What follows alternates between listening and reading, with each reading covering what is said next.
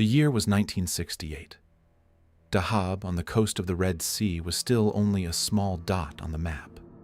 There were no tourist signs, no diving centers, only golden desert, a few fishing boats, and clear water. The first divers who came to the region in those years noticed something unusual just a few steps from the shore. After swimming out a short distance, the sea suddenly turned dark. The shallow water gave way to a steep drop within only a few meters. From above, it looked like an ordinary bay, but in the center of the water there was a darker circle, distinct from its surroundings. This was the place that would later be known as the Blue Hole. At first, no one considered it dangerous. On the contrary, it was easily accessible. No boat was needed. Divers entered from the shore, and after only a few strokes, the depth began. Visibility was high. The water was usually calm. It was attractive, but what made it different was not only its depth. The Blue Hole in Dahab was not just an ordinary water-filled cavity. It sat directly above a fault line where the African and Arabian tectonic plates were separating. The seabed here showed a sudden fracture. Just a few meters from the shoreline, the depth dropped below 100 meters. And at approximately 52 meters, there was a natural arch known as the Arc. This arch connected the hole to the open sea. From inside, divers could see blue light filtering through from the other side. The distance appeared shorter than it truly was. The light created a sense of safety. Over the years, the site became a challenge for divers. To say, "I passed through the arch," was a badge of honor. Pushing depth limits was seen as proof of technical ability. But the statistics slowly began to change. By the late 1970s, the first serious accidents were being reported. Most did not make it back to the surface. Some panicked. Some miscalculated the depth. Some missed the point at which they should have turned back. The common truth was this: none of them had entered the water intending to die. As the Blue Hole's reputation grew, two different stories began to circulate. One described it as one of the most breathtaking dive sites in the world. The other spoke quietly of the losses accumulating beneath the surface. By the 1990s, names began to be carved into a rocky wall near the site. Each name carried the date of a dive. Most were young, most were experienced, and all of them had done the same thing. They had gone just a little deeper. From that point on, the Blue Hole was no longer just a natural formation. It became a boundary, a place where a person's relationship with depth was tested, and the most talked about events had not even happened yet. November 1997. By then, Dahab had become a recognized location on the global diving map. The people arriving were no longer amateur adventurers, but certified and trained divers. Martin Gara and Connor O'Regan were two of them.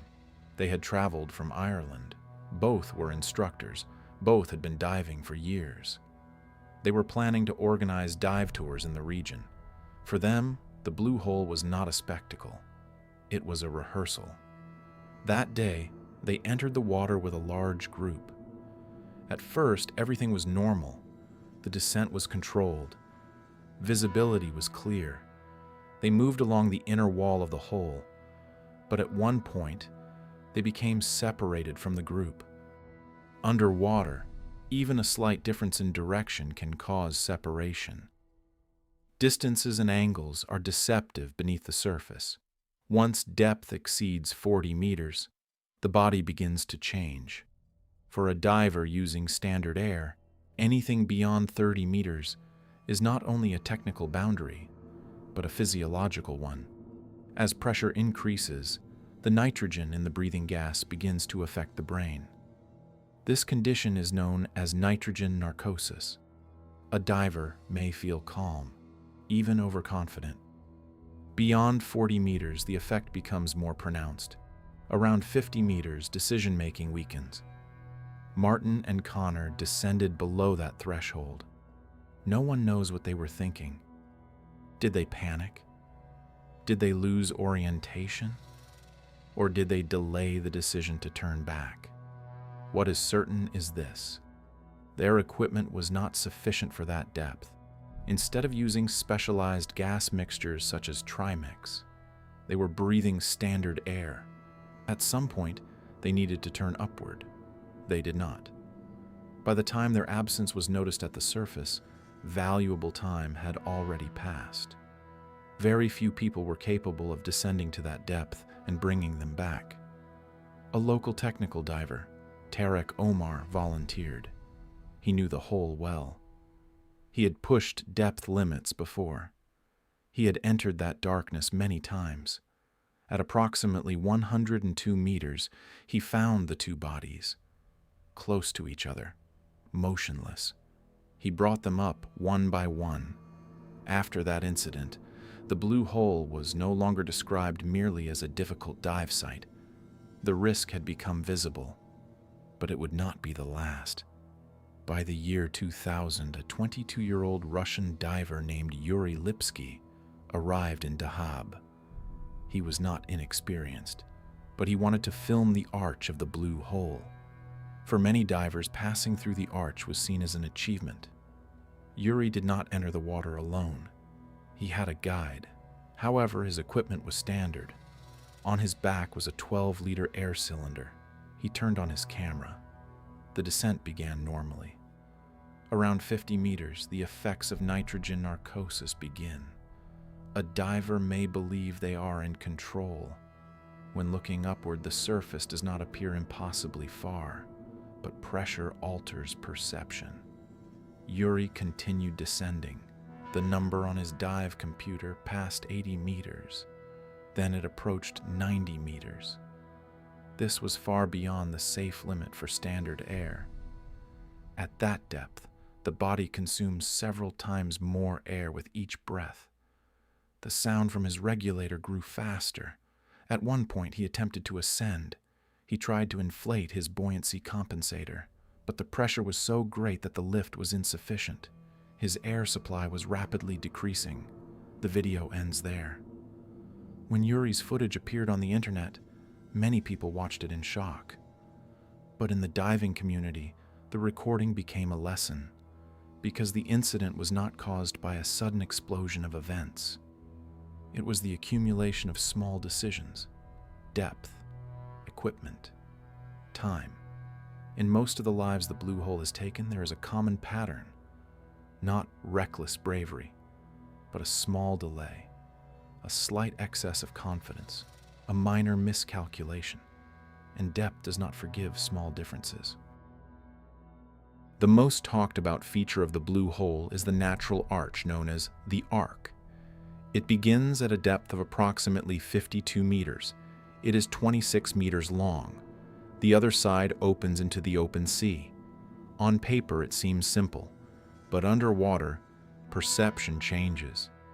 The blue light coming from the far end of the tunnel appears much closer than it truly is. The human mind often interprets it as a short passage of 8 to 10 meters. In reality, the distance is 26 meters, and that distance must be swum at a depth of around 50 meters.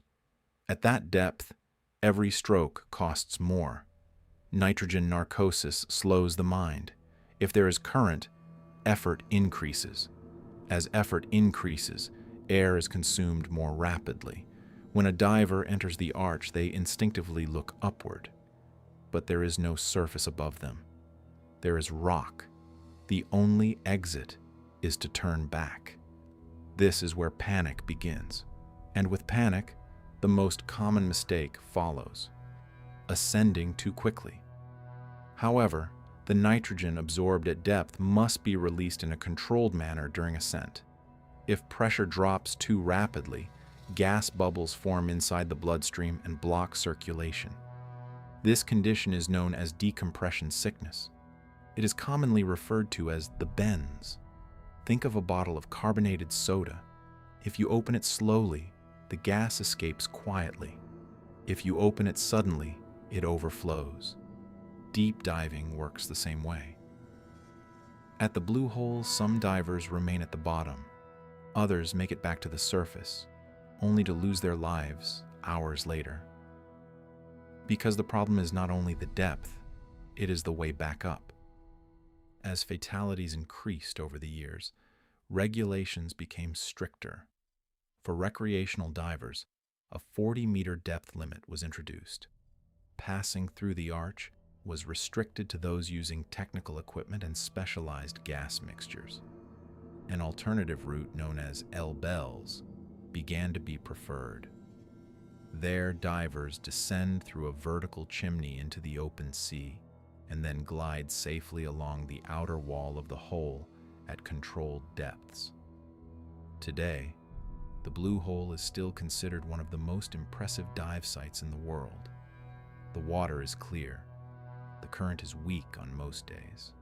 The light is mesmerizing. But these same qualities also conceal the danger. Human nature is curious about depth. It wants to see the limit. It is easy to say, just a little more. The attraction of the Blue Hole begins exactly there. The danger is not obvious, it is invisible, and that invisibility creates a sense of safety. The Blue Hole has not changed. Its depth is the same. The arch is the same. The light still filters through from the same place. What has changed is the way people approach it. Today, many divers come here not for a challenge, but for a lesson. They look at the wall where names are carved. Those names do not shout. They are silent. But the message is clear. Depth demands respect, and some places are open only to those who are truly prepared.